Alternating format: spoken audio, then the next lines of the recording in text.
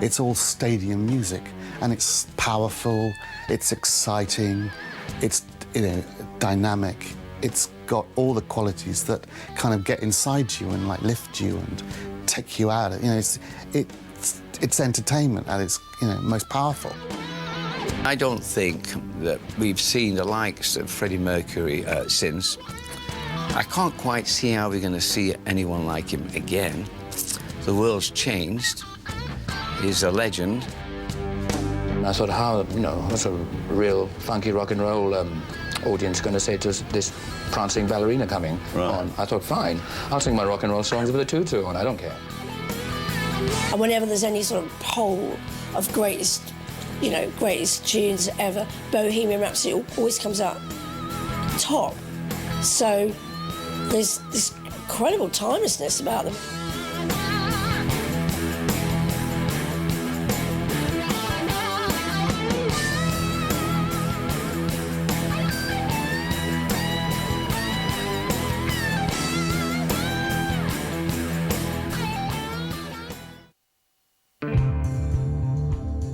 Queen emerged from the British progressive rock scene of the early 1970s.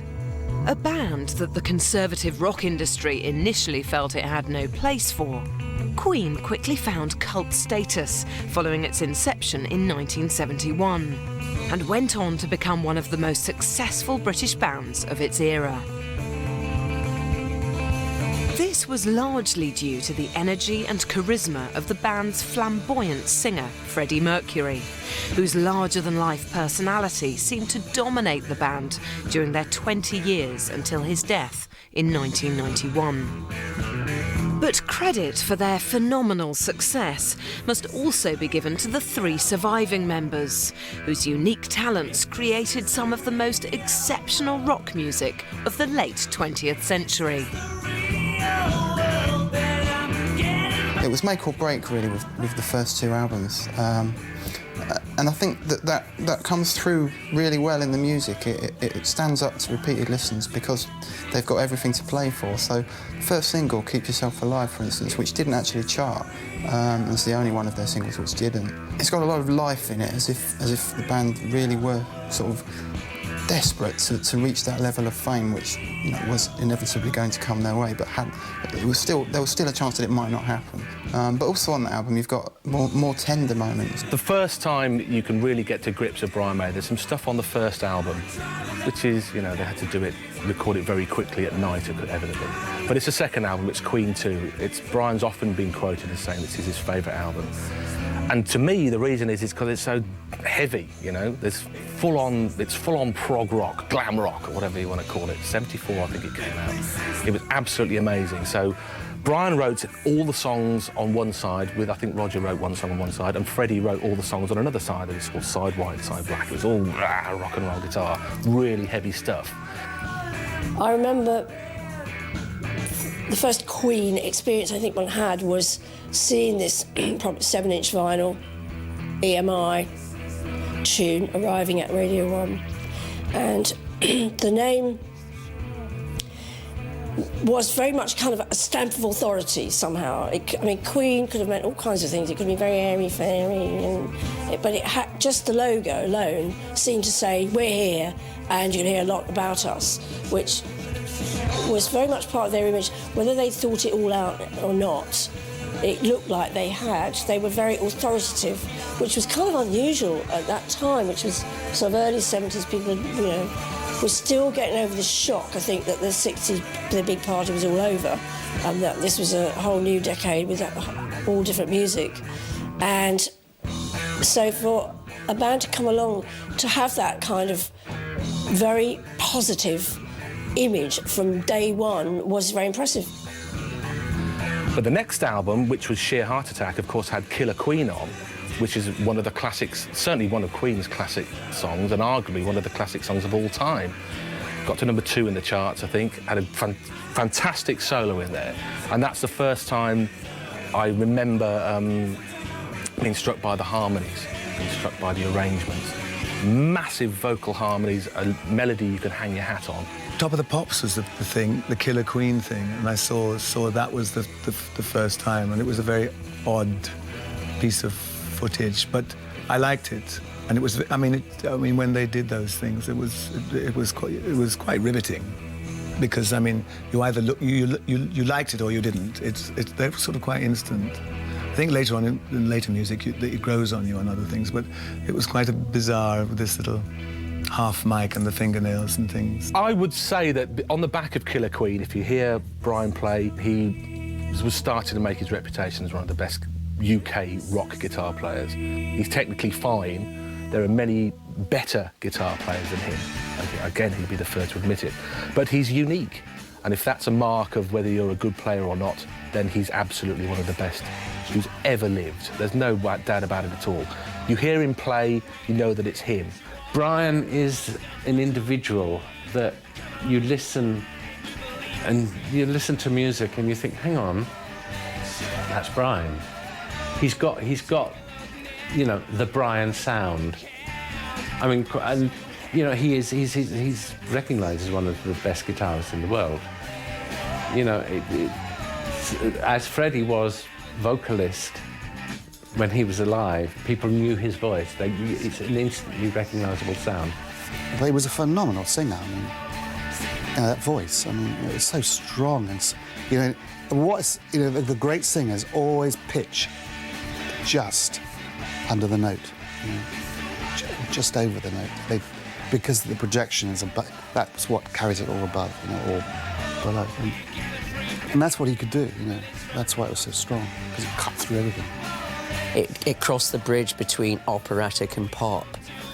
His technique was incredible. I mean, he could reach the highest notes. And he used to come home and we'd put on videos, you know, in his house, and he would show me things like who could reach the top notes in all these opera performances. He had endless tapes of opera, and he'd start singing along with it and reach those notes himself. So I think he could have been... Well, I think his composing and his singing comes from a classical world and integrated with pop music, so it had that wonderful crossover. John Deacon is an amazing bassist, and he is underrated, I think, musically and also as a songwriter. You know, things like You're My Best Friend, brilliant, brilliant songs, and if it weren't for the fact that they were overshadowed by some of the larger singles of Queen's career, I think he would have been the absolute champion songwriter in Queen. And technically as well, I think he's an amazing bassist in that he can play a bass line and make it sound fluid or smooth or just completely natural. And Roger, of course, you know, is just, again, like Freddie, a showman. You know. He loved, you know, that whole expressive, dramatic performance that they provided, you know. And he's a great drummer, you know, and he just... You know, the vocals, of course, were, you know, a great, you know, with the three of them, with Brian, Roger and Fred. It just... You know, they're just so professional, and that's what really made them.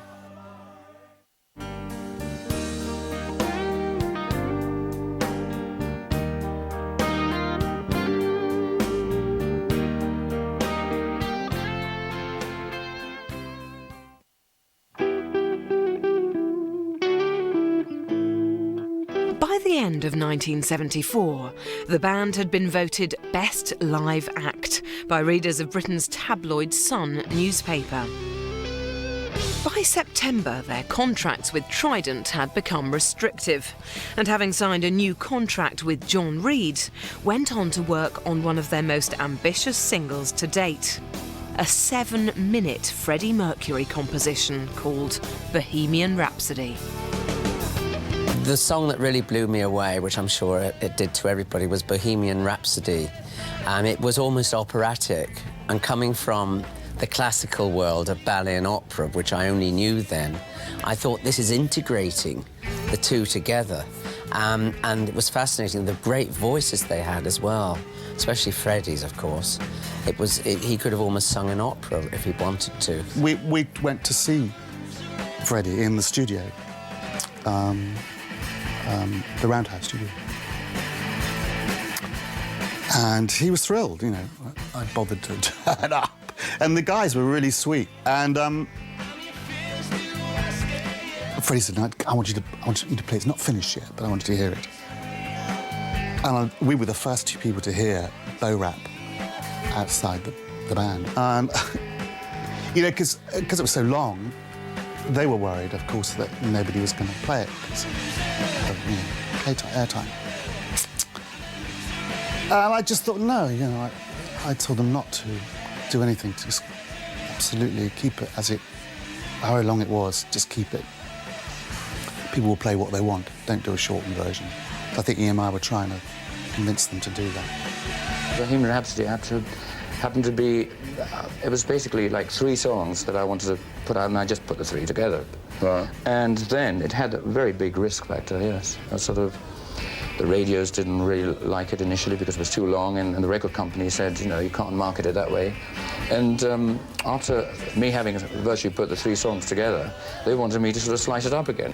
I just said, look, it's either going to be, you know, a minor hit, or it's going to be just enormous. I mean, because it's so incredibly different. And I think maybe you might have something really good on your hands. It was the most bizarre piece of music. It was like, obviously, the operatic feeling was coming through by then. What on earth? I still don't know what it's about.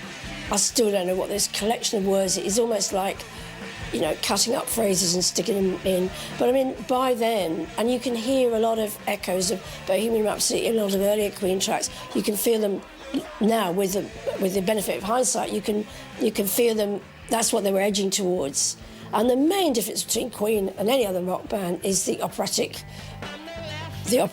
feel, and the fact that they use their voices as a choir, as an instrument. But the reason Bohemian Rhapsody is such an amazing song, you can listen to it now and it's still valid in 2004. It's got all these different styles. The vocal midsection notwithstanding, which hasn't been done since, to that standard and that musical standard. It's the beginning bit before the piano, is all Freddie Mercury. Roger and Brian aren't singing on that. It's all Freddie. That's why it's just gives you goosebumps before the melody even comes in.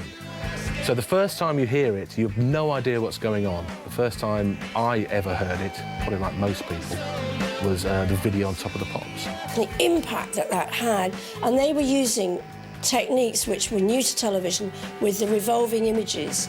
And in fact, for a while, every director of Top of the Pops could not resist having these revolving images because it was like, obviously, the new toy to play with.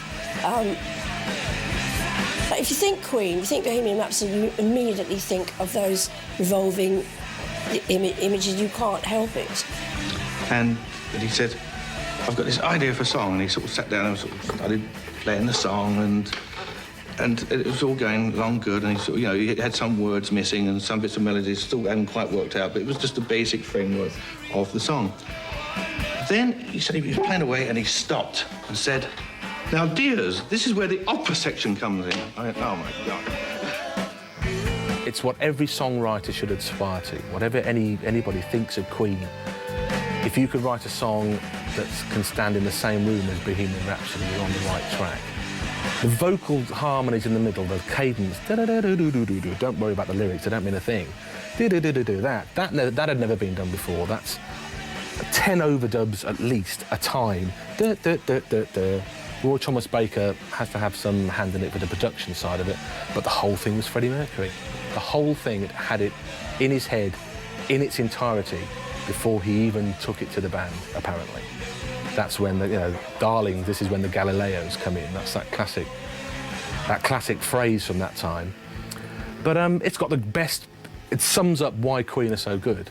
The vocal harmonies, the amazing melody, the arrangements, the guitar, of course, the head-banging bit in the back of the car and Wayne's World. You know, that's amongst the heaviest stuff that Queen had ever done.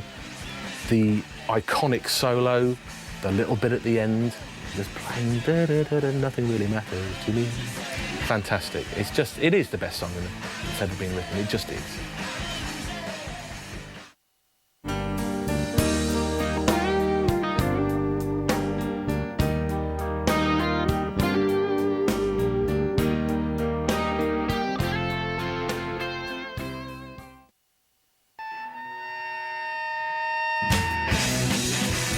Bohemian Rhapsody climbed rapidly to #1. And by Boxing Day, Queen had their first British #1 album. Meanwhile, the Queen touring machine rolled relentlessly on. What one has to realise is that in the early days, Freddie was not the frontman, it was Brian.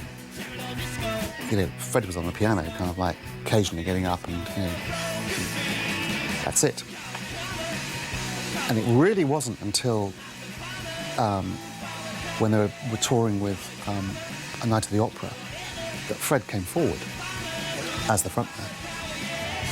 And this is what began to happen in their first American tour. And I just thought, you know, when you've got this amazing track, I mean, this amazing song, which was, you know, doing really well in the States at the time, you know, it's just a wonderful thing to see, you know, performed live. I mean, how were they going to do it? That was what the amazing thing. Yes, it was #1 here, but how do you do that live? And they did it so well. I mean, you know, it's so clever. I was at home in Plymouth, and I just turned on the TV. I think it was New Year's Eve, and it was a concert they were doing from Hammersmith. And I saw this guy, Freddie Mercury, in this white clownish makeup and this long black hair, and thought, that's outrageous. I'd never seen a band behave quite so off the wall in theatrical terms, which, of course, I was with the Royal Ballet at the time. And he was in tights as well, I think. And I thought, God, this is a departure from the normal pop group. So that's what interested me, first of all, as well as the music. And it's just left a lasting impression on me all my life. I think he was wearing all white or something. And, of course, the music as well. And even the technicalities of the stage presentation, I think that's what also made them really quite famous, was that they were doing bizarre things with their shows. Mostly at this period, people were just going on with the rest of the band, you know, and jamming away, which was great, but he made it a whole, like a ballet, theatrical experience. I like to be entertained, and that's what I liked about the entertainment and the taking over, like, you know, when Freddie goes away and Brian would almost come centre and stuff like that. I like that sort of ebb and flow, which is what I find them. Concerts that I found that I can remember. I remember Madison Square Garden once when Bicycle. Remember that was a big hit, and that was fantastic because that was coupled with Fat Bottom Girls. And I think I was on stage as well with some of them because we were singing some of the choruses in the back, just like a group with roadies and everything. But I remember the girls coming down on the Fat Bottom Girls coming down on the bicycles, and that was great. Just those little moments of sheer show magic. Queen's longevity has often been attributed to their sheer determination to succeed, as well as their respect for each other and their passion for producing music. You have to think that they were friends, first and foremost. Then you also have to remember that it's a business. So try and think of how any company with 4 CEOs, you know, it cannot be just one whole. There's pulling here, pushing there, because each of them had an equal say. That was one thing Freddie strongly emphasised. He hated it whenever it was called Freddie Mercury and his band Queen, because Freddie was 25%, John 25%, Roger 25%, Brian 25%. Everybody had an equal input. Equal output, equal input. A lot of the time, they were never in the studio at the same time. I mean, you know, Fred would go do his bit, and Brian would go do his bit, and so on. And occasionally, of course, when they're doing the mixing and all that, obviously, you know, they'd all be there. And, yeah, sure. And they disagreed about certain things, and they didn't, but it always came out all right. So their working relationship would be like any other working relationship. Like working in the theatre, you might have a disagreement with the director about how you're going to do something, but you have to get there because that's your unit. And I think they enjoyed actually working with each other and performing with each other. I think really, I don't think they do it. because they were strong enough that they would just say no. At the height of the punk scene, Queen bounced back in classic style with a harder-edged rock album, News of the World, released on the 28th of October 1977. The album's lead single was the anthemic We Are the Champions. That's probably one of their most diverse albums, thinking about it. Had We Are the Champions on and We Will Rock You, which are the two very famous songs on that album. But there were things like Spread Your Wings, which John Deacon wrote, and is an absolute epic.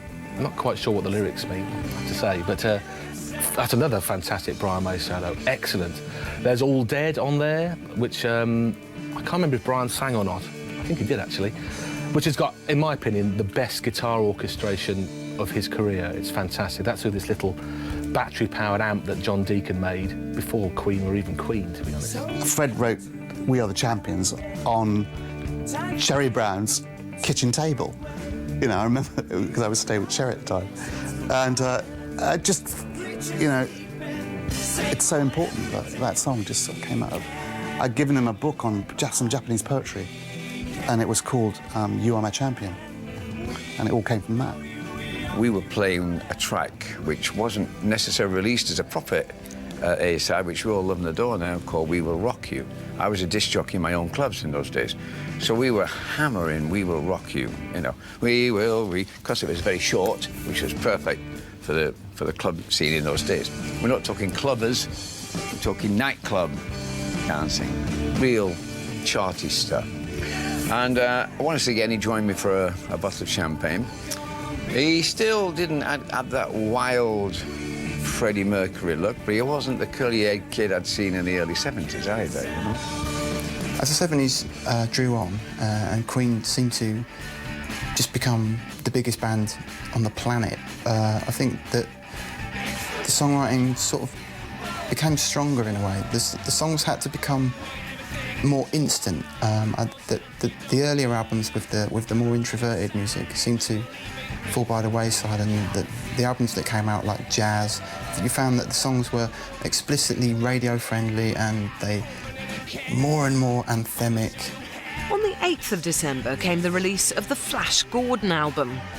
Although the film was a relative disaster, the soundtrack gained rave reviews. In the early 80s, after trying to work Flash Gordon, which I think is still a very successful album to listen to today, without there's a lot of instrumental passages in it that worked quite well. But then they moved on to Hot Space, I think, in '82, and it was as if they were trying to be disco, and really, perhaps a little bit too late. But I cried when I heard it, believe it or not. Disco, oh my God, no. And it was no coincidence that their popularity started to come back down to earth, especially in America. But as Rogers famously quoted, they didn't really notice because they were so effing popular everywhere else in the world.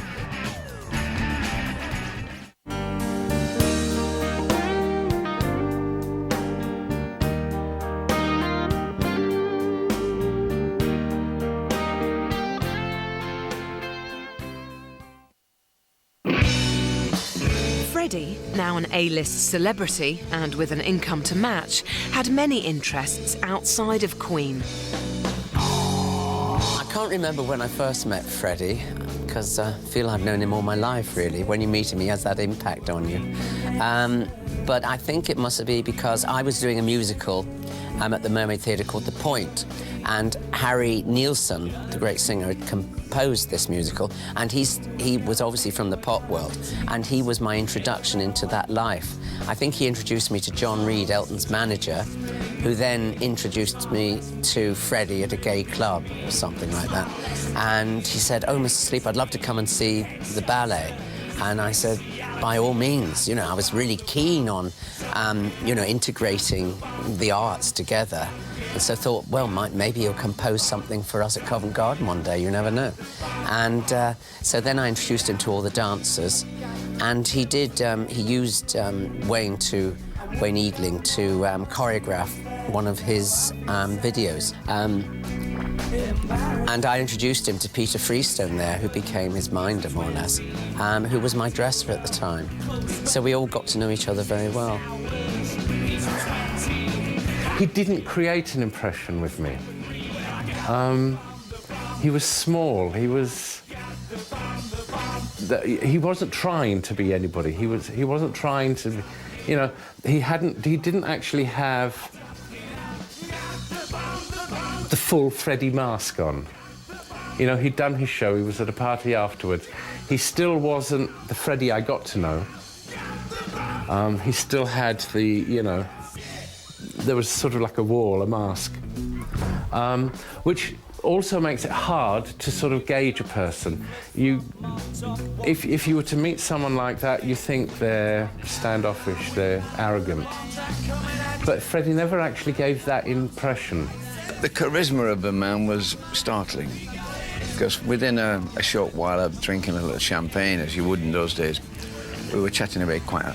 And then it hit me, because I said, Freddie, I'd like a photograph. I said, OK. And he said, yes, but immediately started doing his hair and his face like this. Because all we got in those days was a Polaroid. So we got somebody to take a Polaroid of myself and Freddie. Now, I think the Polaroids were like maybe 10 to a pack. If I tell you we went through 3 packs before he agreed to let one go. And that's my first memory of him, because he had my same face. I've had a little smile. Freddie, this way, that way, that way, that way, that way, that way. One after the other, and he insisted on keeping them all, and he chose one to let me have, and he took the rest. My real respect for Freddie when I first met him came from the fact that he was interested in other people more than talking about himself. He came to see all the shows I did in the West End, came to see me in song and dance, came to see me in all the ballets at the Opera House. And then he started going to opera, and obviously he ended up singing Montserrat Caballé, that Barcelona number. And also his, you know, concern for my career even. He would say, why don't you do a concert at Wembley Arena rather than have to do 8 shows a week in the West End? You could do 2 big concerts there, you know, and, you know, fill the house, and you wouldn't have to do so much. He said, put up big screens, and he almost choreographed it for me there and then. He was just so keen. And then he would sit some nights, I would go back after a show, he would take us all to dinner. He was our meal ticket. We didn't have that much money in the ballet, and he would pay for everything. So generous as well. Freddie was extremely generous. It wasn't always up front. You know, it wasn't all show. I mean, you know, he was quite embarrassed about certain things in his life. He wasn't embarrassed about his money, but, you know, he loved giving presents. Yeah, of course. That's why he loved giving parties. And he loved being generous. I mean, we went out to dinner with him. He'd go out to dinner with like 20 people, 30 people, whatever, and he'd pick up the bill, of course, you know. But he always just, you know, there was no question, you know. One of the greatest pleasures in his life was looking at people's faces when he, you know, he bought things for people. If he went shopping, he wanted a cologne, something. So he'd go to Harrods and he'd buy what he wanted, but while he was there, he'd buy 10 different ones, so that when he came home, he was able to give a perfume to the cleaning lady, something for Mary, something for me, something, you know. He would never buy just sort of one of anything. He wanted to give. His pleasure was in giving. And his generosity went to the point where he actually hired an aeroplane for some of us to be transported from Heathrow to Ibiza for his 40th birthday, and put us all up in hotels around his hotel, and we paid absolutely nothing. It was champagne all the way there and all the way back, I may add. Staggered off the plane afterwards after being up 24 hours. And when he did something, he really put the boat out. He didn't do things by halves. Freddie loved entertaining, particularly at Garden Lodge. There was the 2 extremes.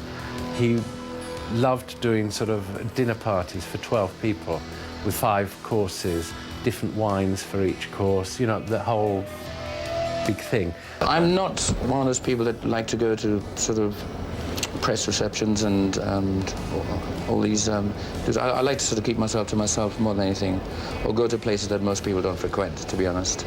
That's just me being me. But yes, I do have friends in the showbiz world. he loved entertaining. Freddie at home was Freddie, the Freddie that we knew. But as soon as he started ringing around, getting people in, the entertainer phase started. Because even though they were friends, it was still a different, slightly different Freddie to the Freddie who'd come downstairs in his sweatsuit, you know, and sit down and lie down on the settee watching television, you know, count down the news or whatever. He loved that entertaining bit. Just as he loved being entertained. One of the people who particularly stands out in my mind in that was Peter Straker. I mean, he, from the very first time I met them together, was in a restaurant on the Fulham Road, the Meridiana. It was at lunchtime. And they complimented each other so well. And we used to fool around and just go out, and sometimes drinking and go clubbing, night clubbing. Just, in a way, normal things you do. Lots of eating. lots of very good eating, lots of fabulous restaurants and good food, which I think he liked and we all liked. Yeah. Peter could make Freddie laugh constantly. He had this wonderful wit. He had this wonderful, I don't know, they had this wonderful repartee. They just go boom, boom, boom, boom. And I mean, so many nights, I remember going into the night just listening. I mean, I could sit there entranced because they would always be something. We had, one night, there was this 2-hour conversation on the subject of Sarah Ferguson and her bows, her love of bows. Every dress she had a bow on it. 2 hours. We were just, oh, no, this one was bigger and this one was... But it was brilliant. It was amazing. I think what we really did have in common was a sense of humour. I used to make him laugh all the time, and he loved that as well. And we all had nicknames for each other. I think I was known as Bridget the Midget, and he was known as Melina Mercury. You know. And everybody had names, nobody was spared. And the fact that some people liked it, some people didn't, I think. But so that was just fun for me. Once he'd met someone and they were going to be around for a while, Freddie gave them a name. Going back from the theatrical tradition of giving sort of girls' names to boys, boys' names to girls, there was, oh, I don't know, me, Phoebe. Joe Finelli was Liza. Elton was Sharon. Rod Stewart was Phyllis.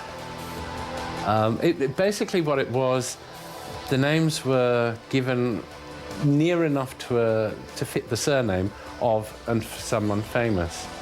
Everybody got a name. If he didn't like you, you didn't get a name, so then you knew that you weren't going to be part of the... you could never be part of that sort of inner circle sort of thing. It was something you could never really resent. It was sort of proof that Freddie liked you. What I love most about Fred was he had the most appalling laugh. And he would always cover his teeth up. He was so conscious of his teeth, you know, because he always thought they were sort of, you know, Janet Street porters and not his. But unfortunately, I mean, you know, in the end, they were a trademark. I mean, his teeth, you know. But when he laughed, of course, he always laughed like this, with a hand over his mouth, most of the time. And I just always, you know, the laugh still remains with me, I must say, because you know, it was very infectious. My God, we laughed a lot. Freddie needed people with him, people to react to, people to just be there. So he made him feel secure. He also needed sort of a clown around him. He loved laughing, and various of his friends filled the capacity. He had a wonderful sense of humour, a dry sense of humour. And so to be able to go from being absolutely camp and daft and just being silly, just for a laugh, and then suddenly be able to just switch to a serious note and talk about art in depth. I think that was what we had in common, and especially my information that I could give him about the ballet world and opera. And he enjoyed all that immensely, so we were able to just jump in and out of serious conversations and have a right old laugh, which you don't find often with people. They're either seriously minded or they're outrageous. I think that's what we had in common.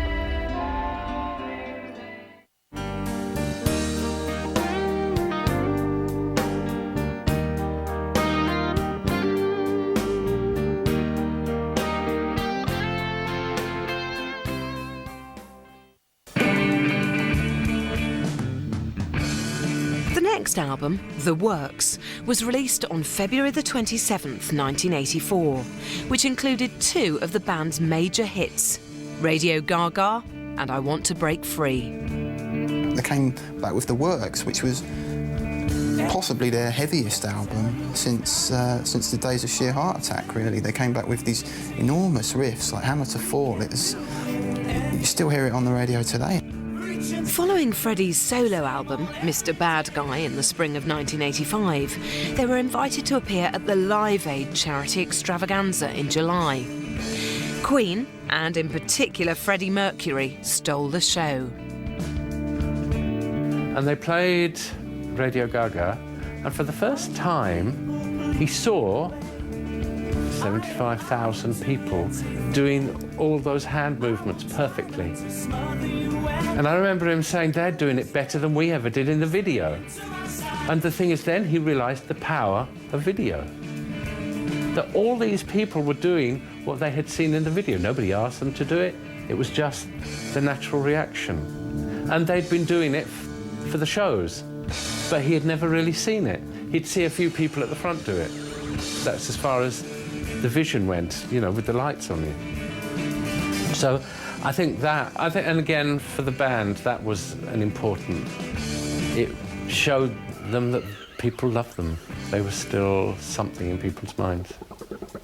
I did go to the Live Aid concert, where I think he really stole the show, quite frankly.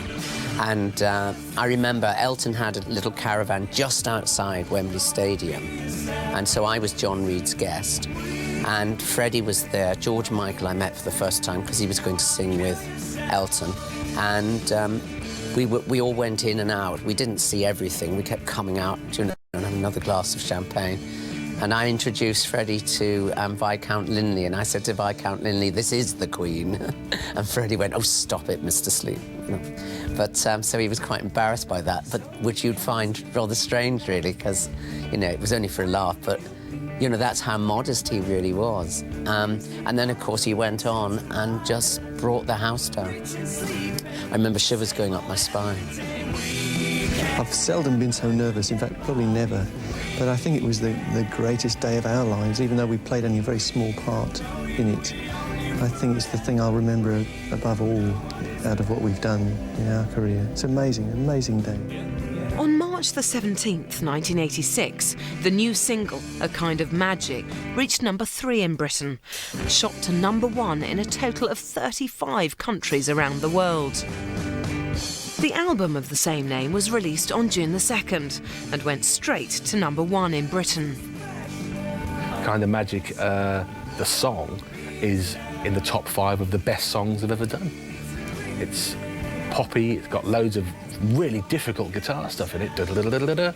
Those major scales going up are not easy, and he pulls them off live, obviously, pulls them off every time, as the tour later on the year proved, you know. But of course, Kind of Magic was sort of a half a Queen album, half a soundtrack for the Highlander film. So whatever parameters the Highlander requirements put on the music, you could never, well, I could never fully accept it as a whole Queen album, even though it had all the hallmarks. It was again an album of the times. In a way, the Queen are quite good at a good barometer of what's happening in music at the time. Although it's the very mainstream end of it. Certainly, they never dealt in funk or hip hop or anything like that. But in terms of musical technologies, what they do is quite a good reflection of what's happening on a more wide scale in the world of music. So Kind of Magic as an album and a song reflects that very well. Promoting the album, Queen wound down their Magic World Tour at Wembley Stadium in July 1986. I mean, the one show I saw of Queen in all the time I was there was the Wembley show in '86. And that was stunning. You know, you can feel, Freddie reacts to audience, the whole band will react to the audience. Okay, they make their entrance and the audience roars, that gives something for the band to feed on. And the more the audience gives, then the more the band will give. And this goes for each of the members. They feed on this power coming from the audience. And to actually, you know, even on stage, you can see it on every show, and you can feel some of it. But when you're actually sitting in the middle of the crowd, it's impossible to describe. You just sort of burst. You're bursting inside. Queen completed that year's Magic Tour at Britain's Nebworth Castle in Hertfordshire, performing to over 120,000 people. Queen were at the pinnacle of their concert form. However, unwittingly, the event was to become an historic one. It was to be the group's last live performance. Nebworth is such a dramatic arena, a huge, great bowl with stately home in the background, and it was the last night of their tour. You know, they'd set it up for their tour party, after end of tour party, with all sorts of fairground amusements backstage, and mud wrestling and bouncy castles and sort of body painted naked models. I mean, it was a big blowout party of celebrating what they said at the time was their best ever European tour, and so yeah, they arrived. Freddie arrived by helicopter. We went to Battersea heliports and went up in about 2 helicopters. I think just Freddie's and his lot. And I don't like flying, especially in helicopters. Freddie never really enjoyed helicopter flights either. Roger did, Brian did, John did. But Freddie just sort of sits there, quiet. But then, as we were coming in over Nebworth, and you saw this vast mass of people, it's mind-numbing. And all these people, I mean, thousands and thousands of people, and landed round the back, and that was it. And that was something else. That was quite a good feeling. It was a huge roar from the crowd as he stepped off the helicopter and walked towards backstage. And then when he came on, just an absolutely fantastic reaction. I mean, the same sort of reaction that he got at Live Aid and at Wembley. And you could see how he was responding to it. I mean, he was just having a ball. And, you know, he was up there saying, you know, this is an enormous place, even by our standards, and you all look beautiful, and, you know, this is the best European tour we've ever done, and what a great way to end it with this fantastic show at Nebworth. One of the songs I remember from that was It's a Kind of Magic, which was great, and then all these huge things lifted off into the sky, and that was great because that was one of the good it's such a feel-good song. It's a kind of magic, and it says so much. And that one I did remember very, very much. One of the things that's always amused me about Queen, you envisage Freddie as being the outrageous one. He turns up in white cloaks and then his coronation crown, he comes on at the end. But actually, take a look back at that day and check out the shorts that Brian May was wearing. Little white shorts that Brian May was wearing were as outrageous as anything Freddie wore that day. Nobody knew it was going to be the last show, but Freddie particularly always went by the maxim that you were only as good as your last show, because that's the one that people are at, that's what they're going to remember. They're going to remember if he plays wrong music on the piano. They're going to remember because that was the thing that they were at. He just thought the same about records. You always have to give as good as you can, because you don't know when the next one is going to be.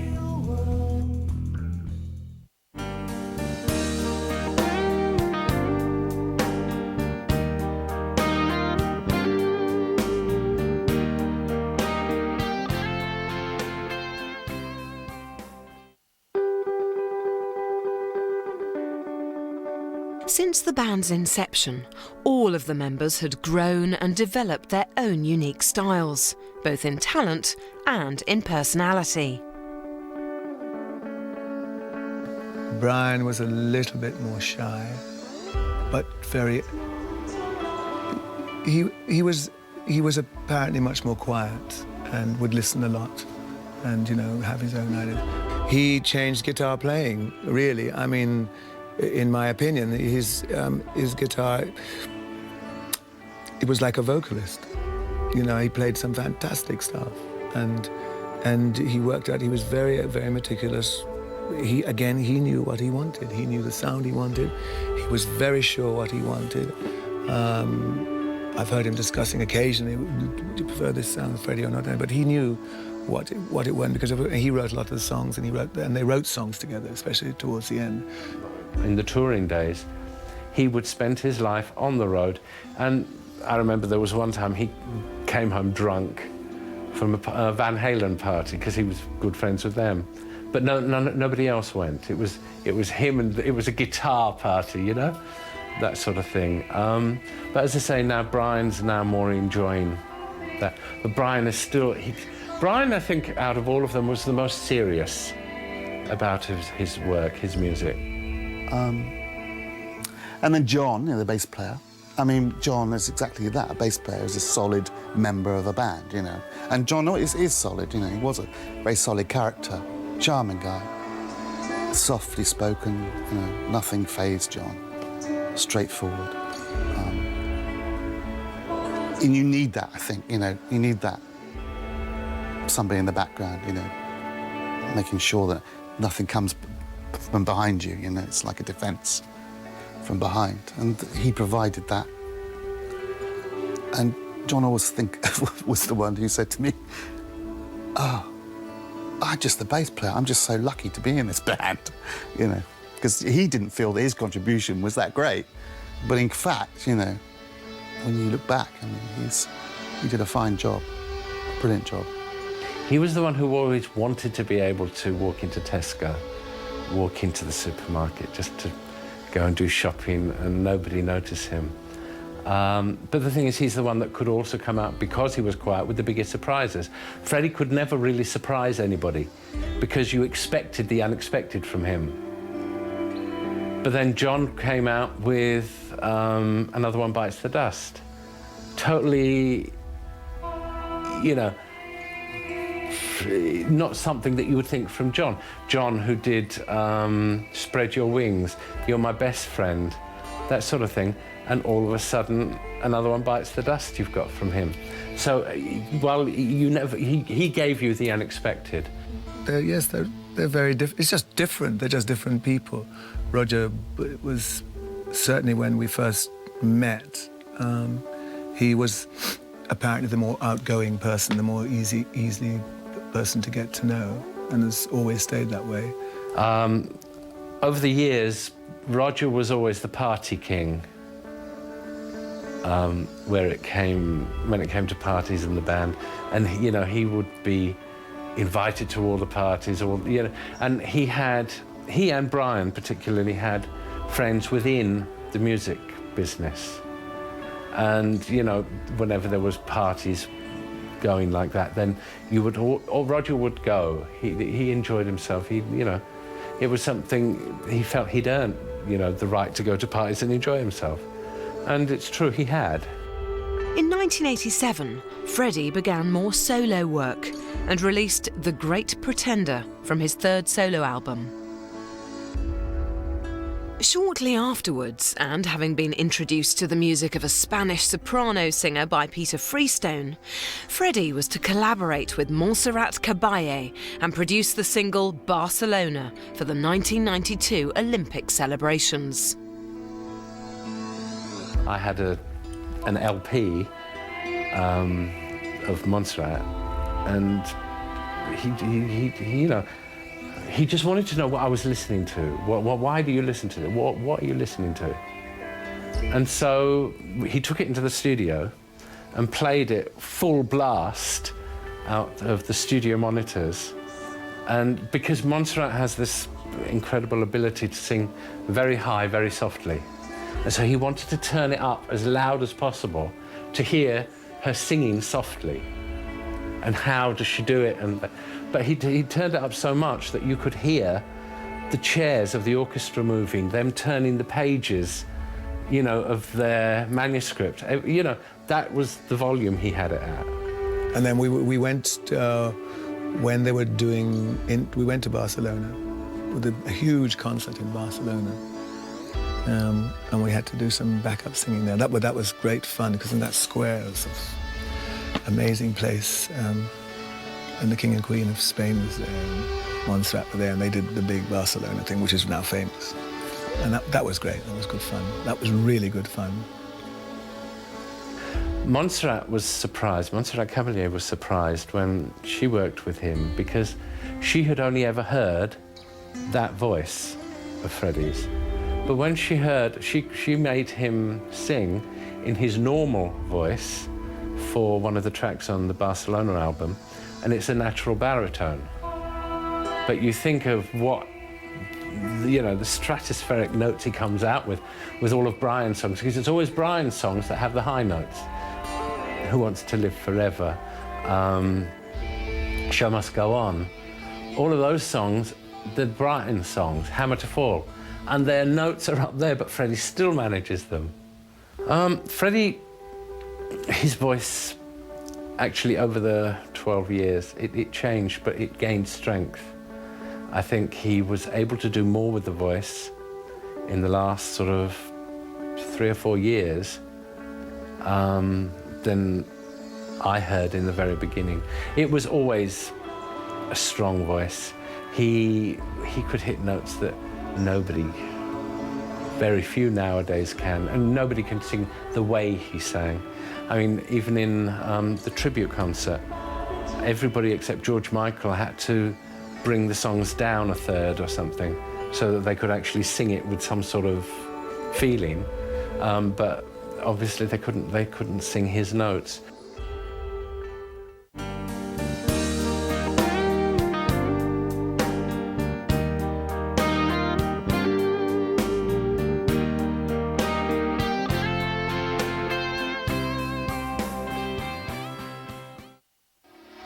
Almost a year later, on the 22nd of May 1989, Queen released The Miracle, which included their first single for nearly 3 years, I Want It All. By the time of The Miracle in 1989, Queen had kind of changed again, in as much as they didn't really have the presence that they had before. And I think part of that obviously was due to Freddie getting iller and iller, but there seemed to be a sense that what they were doing was more of a commercial concern, perhaps, than an actual artistic concern, as if they were no more tours, which was probably for health reasons, and there were no TV appearances, but the music was as good, I think, as a kind of magic, and I think if they were to have toured that album, it would have been a very successful tour. It would have been enormous. As a new decade dawned, Freddie resolved during 1990 to work on what he must have sensed would be Queen's last album, Innuendo, which contained the poignant hit, These Are the Days of Our Lives. I mean, my favourite Queen track is, you know, These Are the Days of Our Lives. And I mean, when that was released in '91, it definitely hit home to me, that particular song. I absolutely think, I mean, so few songs actually, you know, in a lyric can really grab you. You know, seeing the last, those were the days of our lives. I mean, that was just tragic.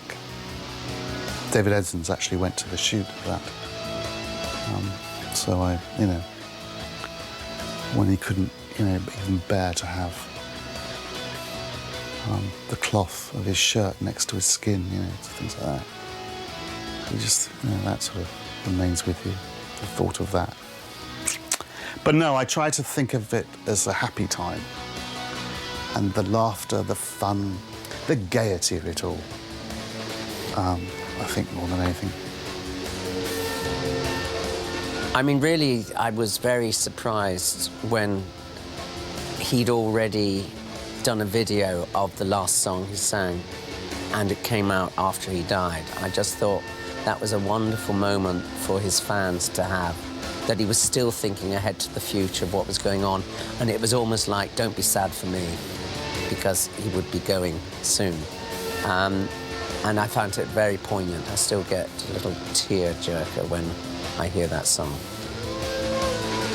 Whilst Innuendo was Queen's last album released during Freddie's life, Freddie had also recorded enough vocals for a posthumous album, Made in Heaven. Released in 1995, it went straight to #1. I think Queen were huge because they were prepared to give everything when they were on stage. Whether it's for the person who's standing at the front of the stage there or the person half a mile away at the back, they wanted to give everything of themselves. And they did give, I think, the best live performances of many bands. I've seen a few bands over the years, and Queen were always the best of the live performers. They wrote music for big arenas. You know, they wrote huge songs and big songs. You know, like We Are the Champions and Radio Gaga and, you know, We Will Rock You. And I mean, it's all stadium music, and it's powerful, it's exciting, it's, you know, dynamic.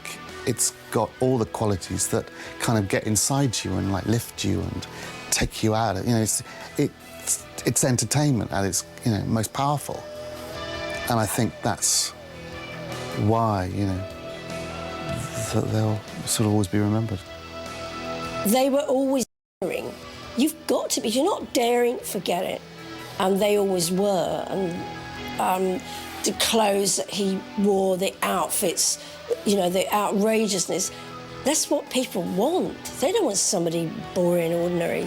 And it's just how far you can go with it. And obviously, the more outrageous you are, and you get away with it, or the public like it, your fans like it, then you've got to take it another stage further, which actually gets really difficult. As a huge amount of pressure. It's all very well like making a success, but then retaining it, I think it's much harder, you know, for Queen, for anybody. They were always reinventing themselves. Their concerts, I mean, you could almost see the money on stage that was spent on them. No money was ever spared. It was like a theatrical experience. It wasn't just like a band coming on stage and playing their gig and then going off with a few encores. He would arrive in a different costume suddenly. And also his inclusion of the audience was second to none. You know, he'd get them to sing, you know, We Will Rock You and all that sort of thing. He would get them going, he would lift them and sort of make them feel that they were part of the whole performance. You know, he was a great performer, and I think that was very different. A lot of people, you know, get into their own music and you're just there to hear them play. He was definitely a visual artist. I don't think that we've seen the likes of Freddie Mercury since. I can't quite see how we're going to see anyone like him again. The world's changed. He's a legend, a deserved one within the rock music. And the two numbers that always stick with me, quite simply, are Bohemian Rhapsody and We Will Rock You. It doesn't surprise me that We Will Rock You keeps getting on radio, on TV, last night, this morning, next week. It's one of those short genius pieces, and well deserved. They were innovative, really. I mean, they did a lot of stuff. I mean, we have to use Bohemian Rhapsody because that is the easiest and quickest one to simulate. The whole cross-section of the harmonies, the layers of harmonies that they use, which weren't used in those days. The guitar sound, all the vocal sounds, from deep down things. And Roger had a very good voice as well. You know, he sings very high as well. And the blend at the time was unique and is still unique. And that is why they're there. That is why they're where they are. Their studio craftsmanship equalled any rival. Their live shows were visually and aurally stunning. And with Bohemian Rhapsody, they anticipated the most vital marketing tool of the 1980s, the pop video.